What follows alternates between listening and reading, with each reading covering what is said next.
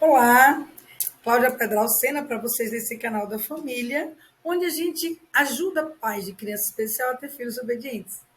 Possível.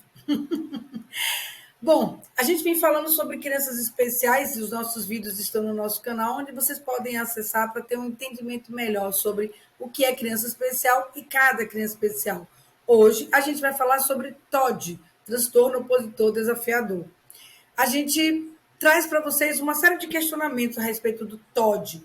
E um dos primeiros questionamentos que eu quero trazer para vocês é exatamente a gente compreender, acima de tudo, que todas as crianças que apresentam sintomas diferenciados e comportamentos atípicos, é importante que a gente saiba de que o fato da gente ter mapeado os sintomas não significa que elas devam morrer assim.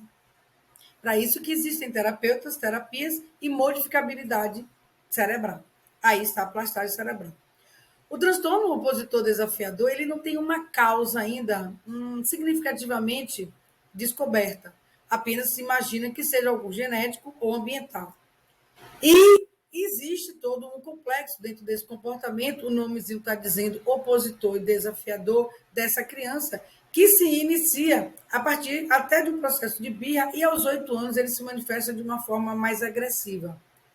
Infelizmente, é uma criança que apresenta, dentro do contexto social, uma dificuldade muito grande nessa relação, evidentemente também com a parte pedagógica, né, com a questão do aprendizado. Isso por quê? Por conta desse aspecto desafiador, opositor e desafiador, a criança nunca aceita os limites. Ela sempre está indo de choque com tudo isso. Ela sempre quer se impor e quer impor a sua vontade. Esse é o quadro do TOD. Muitas dessas crianças que apresentam TOD também apresentam, dentro do aspecto familiar, efeitos de situações de permissividade. Muitas vezes os pais acreditam que estão fazendo um grande bem aos seus filhos, dizendo sim, sim, sim, sim, e cedendo, inclusive, a comportamentos que se iniciam aos 2, 3 anos de idade com o comportamento da birra. Essa luta da criança de querer modificar, ou de querer que as coisas sejam feitas do jeito dela, é um direito da criança. E se inicia exatamente com 2 para 3 anos. Antigamente era basicamente com 3 anos, hoje a gente apresenta, né, um quadro de desenvolvimento infantil muito diferenciado de antes. As crianças hoje estão no nível de desenvolvimento esse mundo, elas chegam mais cedo ao mundo, digamos assim, no sentido de que o desenvolvimento está mais rápido, mas está mais assertivo, inclusive, em relação ao contato dessa criança com o mundo virtual. O que também é necessário se abrir o olho para isso, porque o uso de telas é muito prejudicial. Inclusive, já está no CID-11 como um transtorno tecnológico e que leva a um adoecimento cerebral. O TOD, ele tem muito um comportamento similar à criança que apresenta a falta de limite doméstica ou a ausência de uma efetividade de educação doméstica ou informal.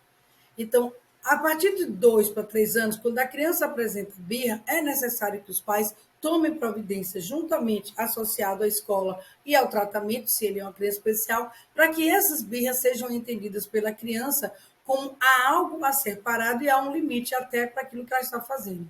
Se isso não acontece, essas birras avançam. Então, com 2 anos, ela quer, ela se joga no chão, com 3 anos, ela se joga no chão e chora muito, com 4 anos, ela já está entrando no processo de lutar e ela pode já começar a ter a manifestação corpórea, que é bater, ou invadir o espaço corpóreo do outro com empurrões, com mordidas, com choros, com comportamento de bater a cabeça na parede. Então, a partir desse momento, já é um alerta para a gente pensar se essa criança realmente não precisa efetivamente de um controle inibitório e automaticamente de uma postura de autoridade dos pais de uma forma mais efetiva, hard, digamos assim. Eu costumo dizer que quando eu digo aos pais, a gente precisa ser mais enérgico, a gente precisa ser mais firme. Firmeza não é sinônimo de bater, de castigar intermitentemente ou infindavelmente, ser muitas vezes sem paciência ou tolerante com a criança, saber, não saber negociar nos momentos certos ou saber dialogar. Quando a gente fala de ser firme, é ter certeza de que, se naquele momento pôr a mão naquilo, pegar, sair, vestir, comer coisas que não são adequadas ao momento dele, e a criança quer efetivamente o adulto dizer não e bancar esse não. Não é não. Aí eu me lembro sempre da palestra do pai. E como é que se diz não? Diz a palestrante aqui, com a boca. Não. Não existe uma forma simpática de se dizer não. Nunca. Sempre vai ser uma forma antipática. O não, ele nunca vai sair bonito. Mas ele, lógico, ele chega para a gente de uma forma a limitar e a entender esses limites. E a criança precisa disso. Quando a gente fala do controle inibitório, quando a gente traz para você a necessidade de entender que precisa se ter, acionar o aplicativo do não e acionar na criança o controle inibitório, é exatamente ele que vai limitar a criança, não impulsionar e controlar a criança até onde ela percebe que ela pode ir. Bater em pai, bater em mãe, bater em irmãos vai facilitar para a criança bater em pessoas lá na rua.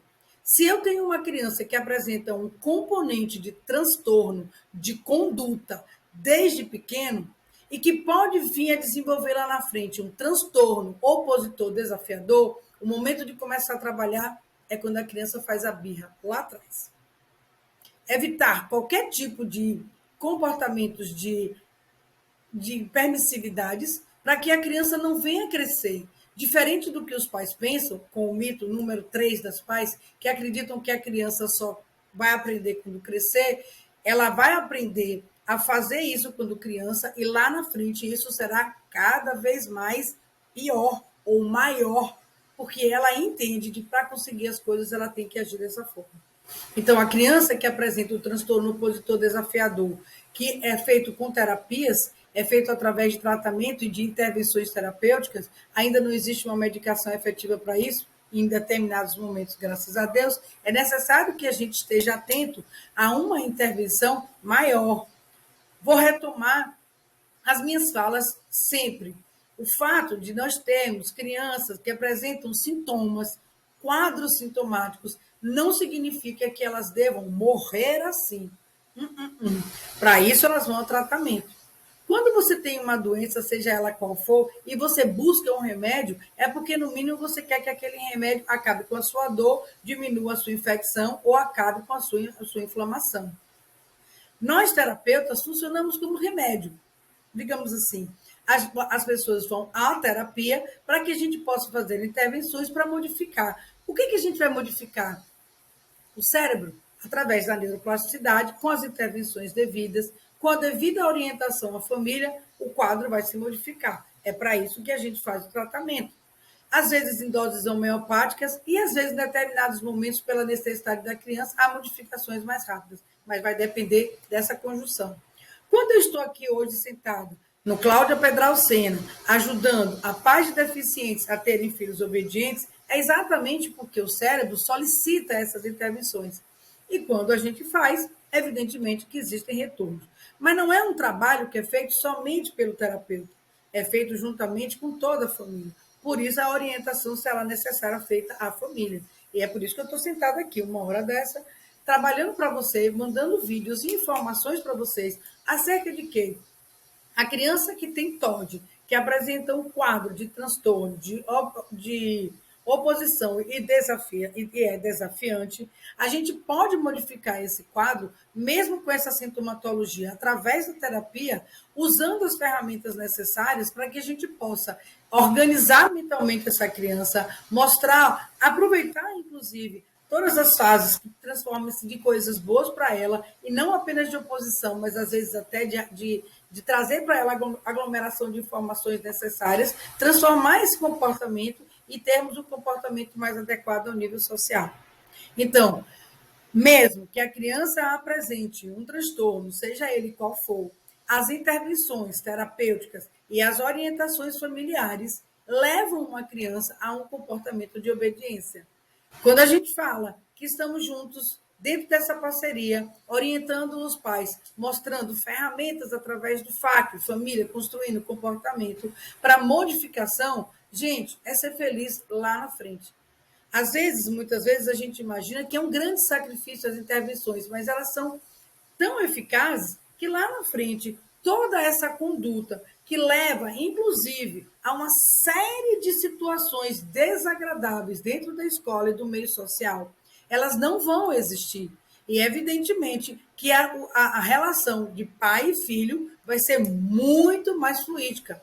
E, claro, que quando a gente consegue ter o mínimo de equilíbrio e de controle da situação, a gente também diminui a nossa ansiedade e, lógico, que a nossa convivência fica muito mais tranquila e mais confortável.